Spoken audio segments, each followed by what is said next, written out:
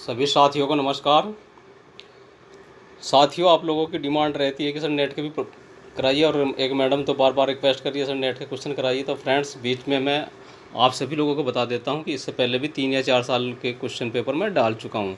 तो आप old sold question paper के अंदर उसको देखिए, उस टाइटल के अंतर्गत आपको वह जो पुराने क्वेश्चन पेपर नेट के कराए हैं मिल जाएंगे। कुछ क्वेश्चन पेपर उसमें 4-5 क्वेश्चन पेपर आई थिंक हैं उसमें।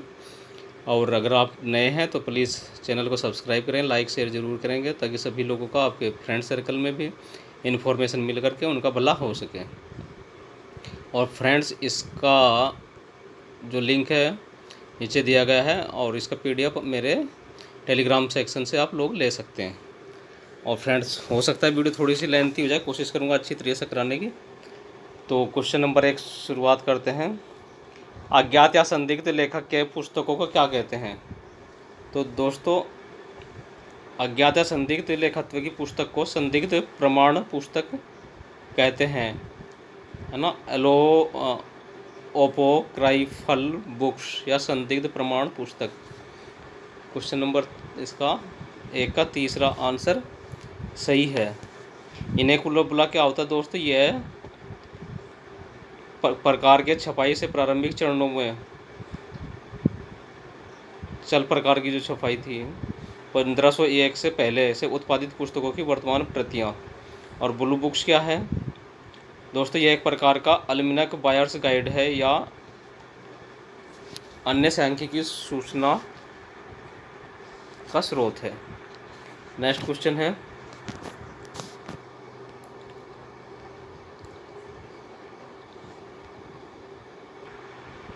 क्वेश्चन नंबर 2 है दोस्तों। यदि हम आलेख बनाने के लिए पुनः स्मृति परिशुद्धता को x और y अक्षर से अंकित करते हैं तो हम क्या प्राप्त करेंगे? तो फ्रेंड्स, इसका आंसर 4 है, अति प्रबले। नेक्स्ट क्वेश्चन है, वर्गीकरण के लिए साहित्यिक वारंट पद का सृजन किसने किया था, या पद किसने प्रतिपादित किया था? कभी कभी गढ़ा भी आता है कि किसने गढ़ा था। तो फ्रेंड्स, इसका जो आंसर है वह दूसरा है, विंगम हयूम। थोड़ा सा डिस्क्राइब कर लेते हैं फ्रेंड्स। WC बर्विक शेयर्स क्या है? तो शेयर्स ने सर्वप्रथम उपसूत्र कैनन शब्द का प्रयोग किया, और उन्होंने अपनी करती जैसे canon of classification, grammar of classification, introduction to library classification, manual of classification आदि में वर्गीकरण के सिद्धांतों का प्रतिपादन किया। JD ब्राउन जी का क्या है? ब्राउन की तीसरी पद्धति सब्जेक्ट क्लासिफिकेशन सन 1906 में प्रकाशित हुई थी। इन्होंने वर्गीकरण पद्धति में एक स्थान सिद्धांत वन प्लेस थ्योरी का प्रतिपादन किया था, और इसके लिए इन्होंने मूर्त विचारों का चयन किया था। अचीबलिस के द्वारा बिब्लियोग्राफिक क्लासिफिकेशन सिस्टम का विकास किया गया है। नेक्स्ट क्वेश्चन है, नेबलिंग सूचना पद्धति के उपागम के अंतर्गत सूचना को भौतिक वस्तुओं जिनका बोध हो सकता है या नहीं के बीच स्थिर संबंध में देखा जा सकता है। तो फ्रेंड्स, इसका जो आंसर है वह दूसरा आंसर है, संरचनात्मक उपागमता या स्ट्रक्चरल अप्रोच। और नेक्स्ट क्वेश्चन करते हैं, सूचना संचार या संप्रेषण का उद्देश्य प्राप्तकर्ता को सूचित, अनुदेशित या प्रेरित करता है, और इस पर सूचना का कौन सा सिद्धांत केंद्रित करता है? तो दोस्तों, इसका आंसर 3 है, एक्होफ सिद्धांत। यथोवित सिद्धांत क्या है? Information is a data value of the decision making. और सेनन वियर ने संचार से संबंधित सिद्धांत ये हैं जिन्हें इन्होंने कम्युनिकेशन मॉडल कहा है। सूचना पुनर्प्राप्ति में शोर का क्या कारण होता है? तो दोस्तों, सूचना पुनर्प्राप्ति में शोर अनावश्यक सूचना के कारण होता है, जबकि परिशुद्धता, पुनः स्मरण और प्रारंभिक सूचना किसी भी प्रकार का व्यवधान नहीं डालते हैं। यह सूचना अर्थगत होती है। तो इसका ऑप्शन 4। नेक्स्ट क्वेश्चन है, वर्गीकरण की कौन सी योजना में विशेष सहायक क्रियाएं स्थानीय रूप से पुनरावृत्ति विशेषताएं इंगित करती हैं? तो दोस्तों सार्वभौम दशमलव वर्गीकरण इसका आंसर है। सार्वभौम दशमलव वर्गीकरण योजना में विशेष सहायक क्रियाएं स्थानीय रूप से पुनरावृत्ति विशेषताएं इंगित करती हैं। यह वर्गीकरण पद्धति अर्थात यूडीसी 1905 में प्रकाशित हुई थी। मेलविल डीवी दशमलव वर्गीकरण प्रणाली के प्रतिपादक हैं। इसका प्रथम प्रकाशन 1876 में हुआ था। ये शुद्ध वर्गीकरण पद्धति है, वर्गीकरण है ना, प्योर नोटेशन का यूज हुआ है। बिब्लियोग्राफिक वर्गीकरण का विकास 1935 में एच ब्लिस महोदय के द्वारा किया गया है। और द्विबिंदु वर्गीकरण एक मिश्रित वर्गीकरण पद्धति है जिसके डॉक्टर रंगनाथन द्वारा प्रतिपादित किया गया है और इसका प्रथम संस्करण 1933 में प्रकाशित हुआ है। नेक्स्ट क्वेश्चन है, नेटवर्क को निम्नलिखित में से क्या असुरक्षित करता है? तो दोस्तों इसका ऑप्शन है 3, पासवर्ड कैप्चर नेटवर्क को असुरक्षित करता है। एनक्रिप्शन क्या होती है? क्रिप्टोग्राफी में एन्क्रिप्शन जानकारी को एक की सहायता से परिवर्तित करने की प्रक्रिया। यह प्रक्रिया जानकारी को केवल उन लोगों को पढ़ने योग्य बना देती है जिन्हें कुंजी नाम की विशेष जानकारी प्राप्त होती है। नेटवर्क इंटरफेस कार्ड NIC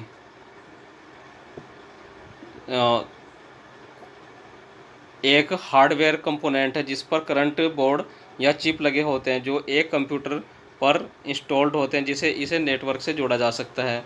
स्थिर कुंजियां एक क्रिप्टोग्राफिक कुंजी को स्थिर कहा जाता है यदि अपेक्षाकृत लंबे समय तक उपयोग करने के लिए और आमतौर पर एक क्रिप्टोग्राफिक कुंजी स्थापना योजना के कई उदाहरणों में उपयोग में अभिप्रेरित है, एक पंचांग कुंजी के साथ विपरीत। नेक्स्ट क्वेश्चन करते हैं, क्वेश्चन नंबर 9। ज्ञान के संचार का किसका मॉडल बताता है कि संचार एक युक्ति है? तो ज्ञान के संचार का जीबी गर्बनर मॉडल बताता है कि संचार एक मुक्त प्रणाली है। शैनन वियर ने एक कम्युनिकेशन मॉडल प्रस्तुत किया जिसे उसे शैनन वियर मॉडल कहा जाता है। मिशेल फूको फ्रांस के प्रसिद्ध विचारक और दार्शनिक थे और जुर्गेन हेबरमास एक जर्मन वैज्ञानिक और समाजशास्त्री थे। नेक्स्ट क्वेश्चन है, ट्रांस बॉर्डर डेटा फ्लो का क्या अर्थ है? तो ट्रांस बॉर्डर डाटा फ्लो का अर्थ है देशों के बीच सूचना का प्रवाह तथा देशों के बीच इलेक्ट्रॉनिक सूचना का लेन देन। फ्रेंड्स इसका ऑप्शन 4 भी सही है, एक किताब में इसका आंसर 3 भी दिया गया है, तो प्लीज़ कमेंट्स करके आप लोग बता सकते हैं, ठीक है। और मेरे ख्याल से दोनों क्वेश्चन सही होने चाहिए।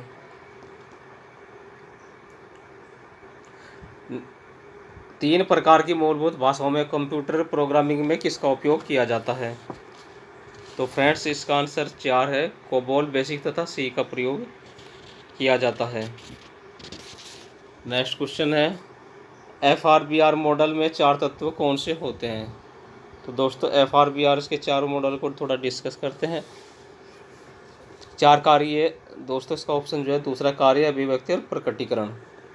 ये 4 मॉडल ग्रुप हैं। FRBR में 3 ग्रुप में बांटा गया। ग्रुप सेकंड तथा थर्ड मॉडल के तत्व क्रम से इस प्रकार हैं। ग्रुप सेकंड का पर्सन और कॉर्पोरेट बॉडी है। ग्रुप 3 के कंसेप्ट, ऑब्जेक्ट, इवेंट और प्लेस हैं, ठीक है फ्रेंड्स। नेक्स्ट क्वेश्चन करते हैं 13। RDA तथा ACR के बीच मुख्य अंतर क्या है? तो दोस्तों RDA और ACR के बीच मुख्य अंतर हमारा संरचनात्मक होता है। इसका ऑप्शन जो है 1 है। ACR की फुल फॉर्म है एंग्लो अमेरिकन कैटलॉगिंग रूल्स, जिसमें इस कोड के अनुसार कार्ड बनाया जाता है और इसकी शुरुआत 1967 में हुई थी। RDA अर्थात रिसोर्स डिस्क्रिप्शन एंड एक्सेस, संसाधन विवरण और पहुंच, जून 2000 शुरू हुआ और वर्णनात्मक कैटलॉगिंग के लिए यह एक मानक है जो ग्रंथ सूची डेटा तैयार करने पर निर्देश और दिशा निर्देश प्रदान करता है। नेक्स्ट क्वेश्चन करते हैं, सूचना के प्रचलन के लिए निम्नलिखित में से क्या कारण है? तो दोस्तों इसका ऑप्शन 3 सही है। सूचना के प्रचलन के कारण है, सूचना अमान्य समझी जाती है और सूचना मान्य है परंतु अन्वेषण के लिए अपर्याप्त है। नेक्स्ट क्वेश्चन है, निम्नलिखित में से सार समाचार सार है। तो दोस्तों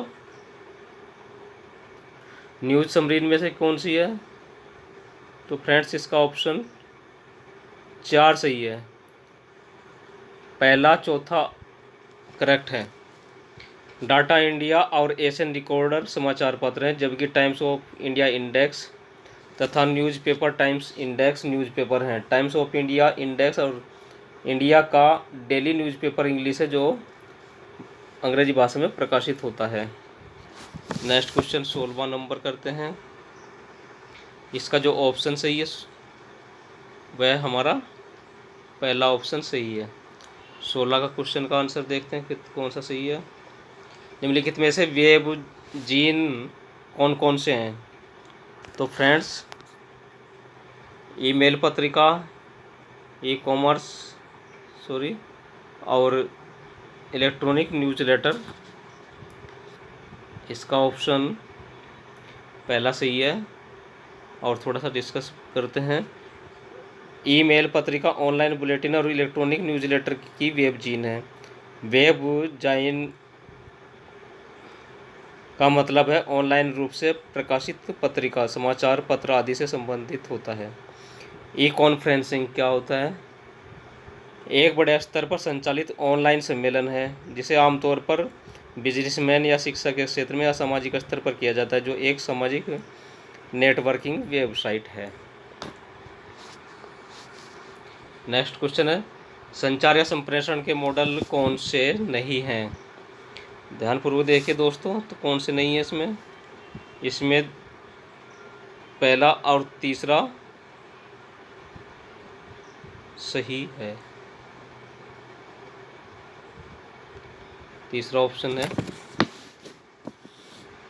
विंटेज मॉडल और अपेडिक मॉडल संचार संप्रेषण के मॉडल नहीं है, जबकि लासवेल मॉडल और गार्बनर मॉडल संचार के मॉडल हैं। विंटेज मॉडल वुड एयरक्राफ्ट तथा किट से संबंधित है तथा एपिडेमिक मॉडल पॉपुलेशन से संबंधित है।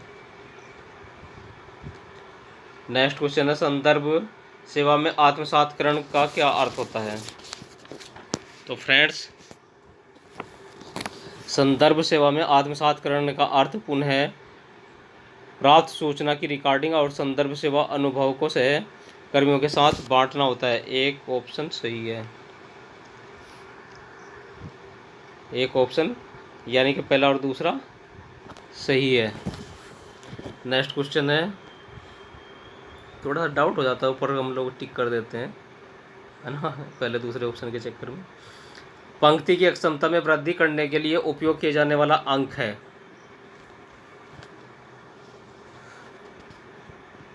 तो दोस्तों इसका ऑप्शन पहला सही है। और थोड़ा डिस्कस करते हैं। रिक्त अंक और अंक को रिक्त करना पंक्ति की अक्षमता में वृद्धि करने के लिए उपयोग किए जाने वाला अंकन है। संकेतांक सीसी के 7वें संस्करण में संकेतन, जिसमें 74 या 74 प्रतीक है और वर्ण 60 शब्दार्थ और 14 सूचक है, को निम्नलिखित 6 प्रजातियों में विभाजित किया गया है। A to Z रोमन राजधानियाँ, 26 2 हैं ग्रीक डेल्टा, 1 0 to 9 अरेबिक अंकों का दशमलव में प्रयोग किया जाता है और 10 का। और दोस्तों small A to Z Roman निचला मतलब जो है रोमन स्मॉल लेटर्स का प्रयोग किया जाता है। 5% पूर्व काल के संकेत के साथ प्रतीक है और साधारण सूचक चिन्ह 11 हैं। कुल कॉलन क्लासिफिकेशन में हमारे 74 संकेतांक है। इसका ऑप्शन मैंने बताया ये आपको पहला सही है। नेक्स्ट क्वेश्चन है, OSI प्रतिरूप भौतिक परत के निम्नलिखित में से कौन से कार्य हैं? तो पहला और दूसरा ऑप्शन सही है।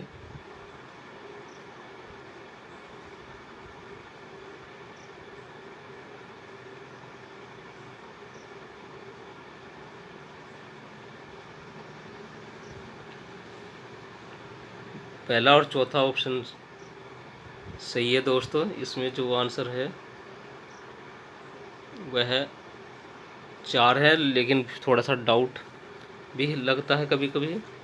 OSI मॉडल में भौतिक परत के कार्य data encoding, transmission technique, physical medium transmission, bit synchronisation, bit rate control, line configuration, transmission mode, physical topology, multiplexing और सर्किट स्विचिंग एटसेट्रा प्रदान करता है।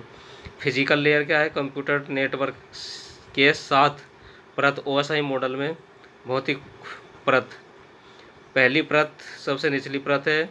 इस परत को PHY चिप लागू द्वारा किया जाता है तथा भौतिक परत में एक नेटवर्क के इलेक्ट्रॉनिक सर्किट ट्रांसमिशन तकनीक शामिल है। 7 OSI मॉडल हैं: physical layer, data link layer, network layer, transport layer, section layer, session layer और प्रेजेंटेशन लेयर और एप्लीकेशन लेयर हैं। नेक्स्ट क्वेश्चन है, रिच टेक्स्ट फॉर्मेट किसका संबंध है? तो रिच फॉर्मेट RTF आरूपण विशेषताएं जैसे फ़ॉन्ट साइज, टाइप इत्यादि और टेक्स्ट प्रलेखों को भिन्न भिन्न कंप्यूटर पर ले जाने से संबंधित है। और इसका ऑप्शन तीसरा सही है।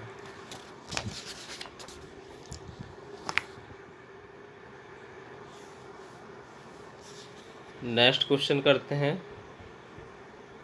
22 नंबर। निम्नलिखित में से अप्रायिकता चयन कौन से हैं?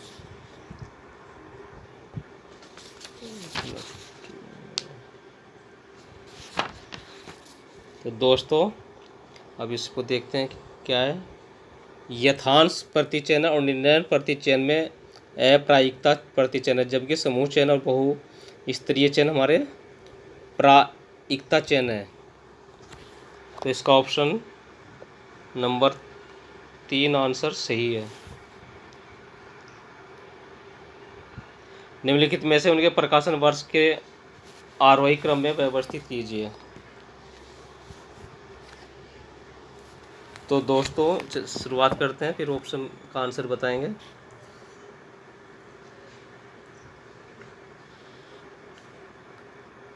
आरोही क्रम में ही आंसर डिस्कस करते हैं। अंग्रेजी शब्दों का रॉबर्ट्स थिजोरस शब्दकोश 29 अप्रैल 1852, कॉमन इंडेक्स 1884 और BNB 1950 तथा INB 1958 है। ठीक है दोस्तों, कोपेंडेक्स एल्जेब्रा द्वारा प्रकाशित एक इंजीनियरिंग बिब्लियोग्राफिक डेटाबेस है। यह इंजीनियरिंग सामग्रियों से संबंधित वैज्ञानिक साहित्य को अनुक्रमित करता है और 1984 से शुरू हुआ। यह इंजीनियरिंग इंडेक्स के मूल शीर्षक के तहत संकलित किया जाता है। कोपन इंडेक्स नाम अर्थात कंप्यूटराइज इंजीनियरिंग इंडेक्स है। रॉबर्ट्स थिजोरस एक व्यापारिक रूप से इस्तेमाल की जाने वाली अंग्रेजी भाषा की थिजोरस है, जिसे 1805 में पीटर मार्क रोजेट ने 1789 से 1869 तथा ब्रिटिश चिकित्सक, प्राकृतिक धर्मशास्त्री और लेक्सिकोग्राफर द्वारा बनाया गया था। यह 29 अप्रैल 1852 को जनता के लिए जारी किया गया था। BNB ब्रिटिश नेशनल बिब्लियोग्राफी का विकास 1950 में किया गया। इसके जर्नल्स और बुक टाइटल UK और आयरलैंड में प्रकाशित तथा वितरित किए जाते हैं। INB इंडियन नेशनल बिब्लियोग्राफी का प्रथम प्रकाशन 1958 में किया गया। 1958 से 63 तक यह क्वार्टरली रूप में पब्लिश होता था और 1964 से 1977 तक मासिक रूप में प्रकाशित होने लगा था। तो फ्रेंड्स, इसका जो ऑप्शन का आंसर है वह हमारा पहला सही है।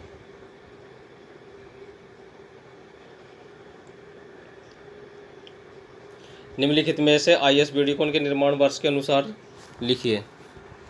तो फ्रेंड्स,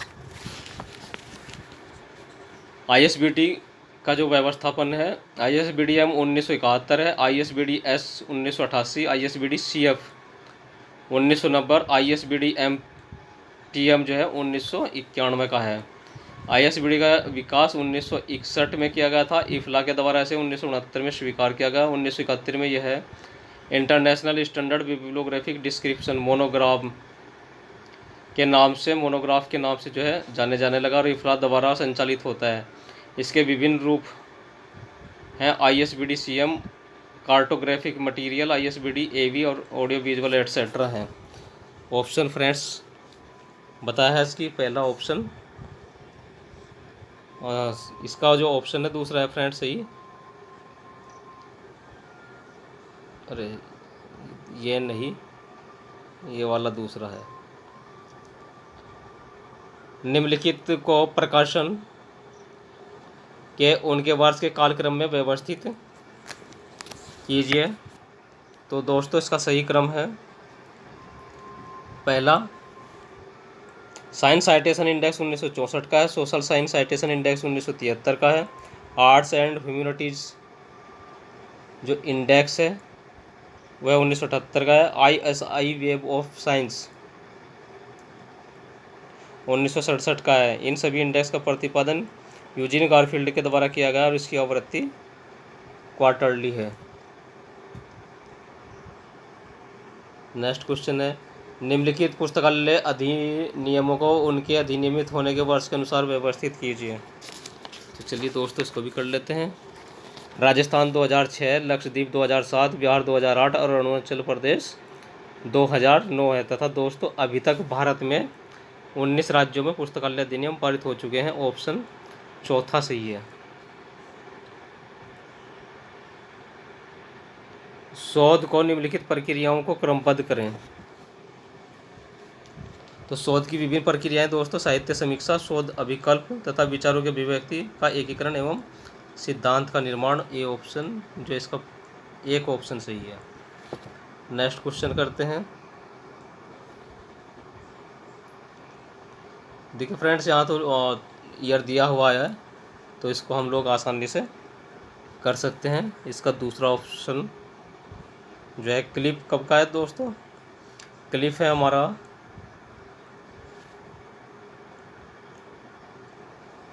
2002 का है, एसली वह 1924 का, एल 1876 का और कॉमला 1972 का है। तो पहला ऑप्शन सही है। सूचियों का मिलान करना है।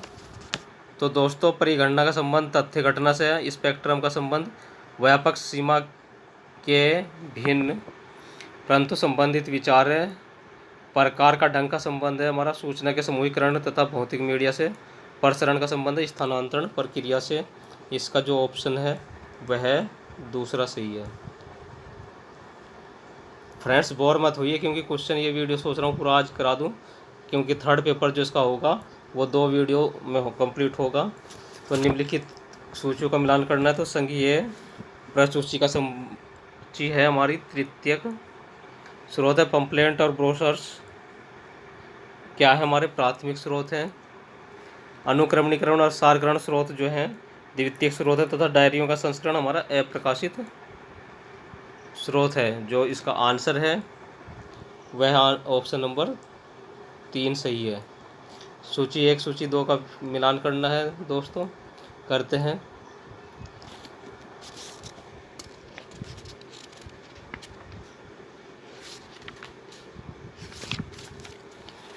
फंडामेंटल ऑफ रेफरेंस सर्विस, इसका जो आंसर है वह है FN चिनई और विलियम्स है। Introduction to reference work William J कोच कॉटज। रेफरेंस सर्विस SR रंगनाथन है। गाइड टू रेफरेंस बुक है वालफोर्ड का। इसका जो ऑप्शन है वह दूसरा सही है। सूची है सूची ब का मिलान करना है। तो भारत में हाल ही की घटनाओं पर महत्वपूर्ण सूचना कहाँ मिलेगी हमें, Guinness record of world events में मिलेगी। ठीक है फ्रेंड्स, भारत में 2012 में आए विदेशियों की कुल संख्या या कितने संख्या में वो लोग आए हैं, तो वह सांख्यिकी वार्षिकी में मिलेगी। भारत के प्रधानमंत्री का जो नाम है वह India reference manual. Anna Hazare के डाक का पता हु इज हु में। तो फ्रेंड्स इसका जो ऑप्शन है वह दूसरा ऑप्शन सही है। नेक्स्ट क्वेश्चन है, निम्नलिखित सूचियों का मिलान कीजिए। तो श्रृंखला श्रेणी है ऊपर से निचला, समूह भावना है, दल कार्य पर जोर समूह भावना का, वैज्ञानिक प्रबंध है दोस्तों, उत्पादन अक्षमता और अपशिष्ट पर रोग, सीमा नियंत्रण है, अधीनस्थों के प्रत्यक्ष संव्यवहार। ऑप्शन 1 सही है। सूची ए सूची ब का मिलान करना है फ्रेंड्स। तो करते हैं जांच। कार्ड का संबंध 3 पत्रक प्रणाली से, कार्डेक्स का संबंध हमारा पत्रिकाओं से है। नेवार्क पद्धति तो आप बड़े आराम से बता सकते हैं का संबंध है ग्रह्यता कार्ड अर्थात बरोबर कार्ड से। और ब्राउनी प्रणाली का संबंध है पाठक टिकट से, और इसका पहला ऑप्शन सही है। नेक्स्ट क्वेश्चन है, तो फ्रेंड्स वैश्वमय का संबंध वितरण के ढांचे से है। रीति का संबंध पुनः प्रकट होने वाले चरों की संख्या से है। एफ वितरण का संबंध 2 काई स्क्वायर चरणों का अनुपात है। और सह संबंध है दोस्तों हमारा 2 या 2 से अधिक चरों के मध्य सह चरों की मात्रा। ऑप्शन 2 सही है। नेक्स्ट क्वेश्चन करते हैं। अभी कथन है, मेल सर्वेक्षण एक आंकड़ा संग्रह तकनीक है जिसमें संभावित उत्तरदाताओं को प्रश्नावलियाँ भेजी जाती है जो कि उन्हें अपने सुविधानुसार भरकर वापस भेजते हैं। अपरिहार्य हो गया है। सर्वे मंकी जो कि निःशुल्क ऑनलाइन सर्वेक्षण उपकरण है ने पारंपरिक मेल सर्वेक्षण को पूर्णतः स्थगित कर दिया है। तो दोस्तों ए और आर दोनों सत्य हैं।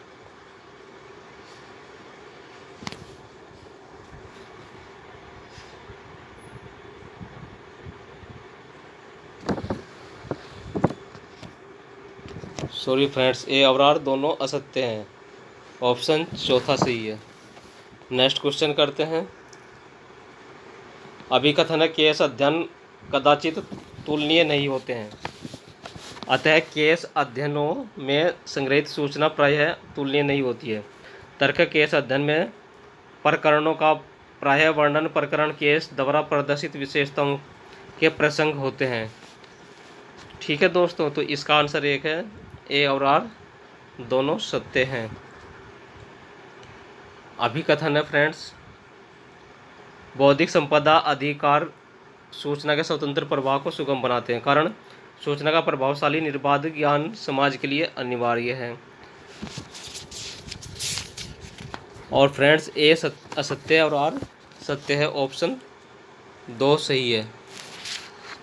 नेक्स्ट क्वेश्चन है, अभिकथन इंडियन नेशनल बिब्लियोग्राफी में भारत के प्रकाशनों का कुल उत्पादन की उपेक्षा की गई है। ठीक है फ्रेंड्स, कारण है भारत में कई प्रकाशक चूक करते हैं और अपने प्रकाशनों को पुस्तकालय तथा समाचार पत्र सुपुर्दगी सार्वजनिक पुस्तकालय अधिनियम के अनुसार जमा नहीं करते हैं। और फ्रेंड्स इसका ऑप्शन है चौथा सही है। ए असत्य है और आर सत्य है। नेक्स्ट क्वेश्चन है, इलेक्ट्रॉनिक युग में भी पुस्तकालय संसाधनों के संबंध में आत्मनिर्भर नहीं है। उपभोक्ताओं को आवश्यकता के पूरा करने के लिए संसाधनों को आपस में बांटना तथा कंसोर्शिया प्राप्त करना अनिवार्य है। और दोस्तों इसका जो ऑप्शन है वह ए और आर दोनों सत्य हैं। नेक्स्ट क्वेश्चन है हमारा, कथन प्रश्नावली के द्वारा संग्रहित शोध आंकड़ों को अनुपूरित करने के लिए साक्षात्कार करना आवश्यक है। आंकड़ा संग्रहण के लिए समाचार सर्वाधिक उपयुक्त तकनीक है क्योंकि सभी उत्तरदाता साक्षात्कार के दौरान सहयोग करते हैं। तो फ्रेंड्स ए सत्य है परंतु आर असत्य है, ऑप्शन चौथा। नेक्स्ट क्वेश्चन है, अनुक्रमणीकरण तथा सारकरण सेवाएं पुस्तकालय विज्ञान के चतुर्थ सूत्र को परिपूर्ण करती हैं, कारण ये सेवाएं प्राथमिक पत्रिकाओं के स्थानापन्न के रूप में कार्य करती हैं। तो दोस्तों इसमें ए सत्य है परंतु आर असत्य है। नेक्स्ट क्वेश्चन है, अभिकथन है सतत वर्गीकरण पद्धतियाँ स्कीम दशा संबंध या फेज रिलेशन को अपनाती हैं, कारण है शिथिल समुच्चय तथा विषय वस्तु का गठन जटिल विषयों तथा एकलों की ओर प्रवृत्त करता है। तो मित्रों इसमें भी आर सत्य है, ए सत्य है फ्रेंड्स, ए ऑप्शन सत्य है और आर रीजन अर्थात कारण असत्य है, तो ऑप्शन एक सही है। नेक्स्ट क्वेश्चन है,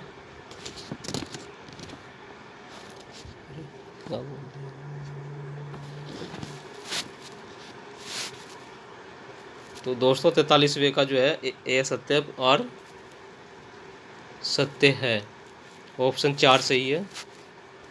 अभिकथन R S S rich site summary को एसडीआई सेवा का विकल्प समझा जाता है, कारण आर एस एस फीड में हमेशा डाटा को स्वचालित रूप में सिंडिकेट करने में सहायता मिलती है। तो दोस्तों इसका पहला ऑप्शन है, ए और आर दोनों सत्य हैं। और फ्रेंड्स ये पैराग्राफ आप लोग पढ़ लीजिए, पैराग्राफ के क्वेश्चन करा देते हैं आपको, ठीक है फ्रेंड्स। और आंसर शीट भी नीचे दी गई है। संदर्भ के बारे में नए विद्यार्थियों की समझ किस पर आधारित होती है? तो दोस्तों ऑप्शन 2 डर पर। दंडात्मक विचारधारा के अनुसार जानबूझकर साहित्यिक चोरी को उपयुक्त प्रत्युत्तर है। तीसरा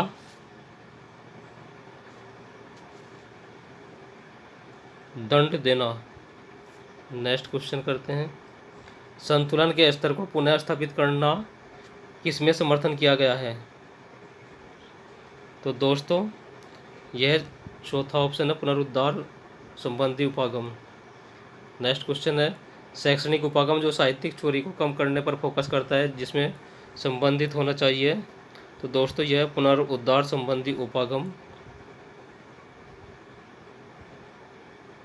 पहला इसमें आंसर सही है दोस्तों, विद्यार्थियों के संदर्भीकरण कौशल का विकास करना 49 का आंसर है। और 48 का आंसर जो था वह था हमारा चौथा, पुनरुद्धार प्रणाली उपागम। नेक्स्ट और लास्ट क्वेश्चन है,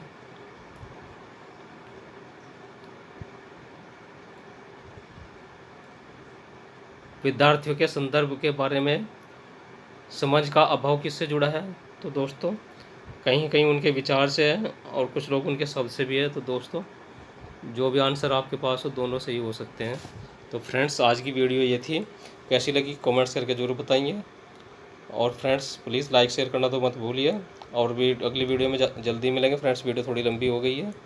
तो मिलते हैं, तब तक के लिए नमस्कार।